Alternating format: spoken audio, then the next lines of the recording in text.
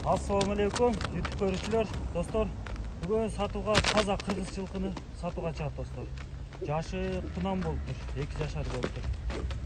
Линиясы менен экен, достор. Линиясы ошо Дакен аттын баласы экен, достор. Мунун атасы ошо Жалалаттан келген, Дакен деген аттын баласы экен. Ал ат ошо Дакенге барып тапалат экен, достор. Аны толугураак маалыматты телефондон эзи берет, достор. Кызыккандар болсо. Таза карабай, кыргыз жылкы, бою 1,50 тегереги, буту колу таза, урулган, сыйрылган шишимчелери жок. Азыр ошо жайлоого минип, такшалып аткан кез экен, достор. Мынакей, жеп ичкендери жакшы экен. Жаш бала дагы минип жүрө берет экен.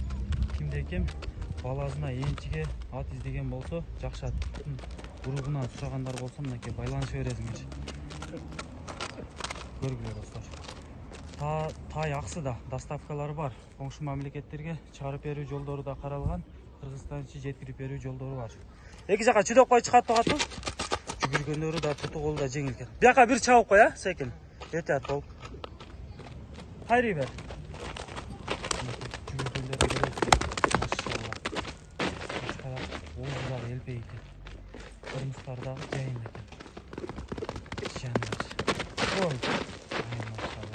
Мынакей. Балдарыңарга энчиге алып берсеңер болот. Жакшы ат болсо экен. Линиясы менен устагандарга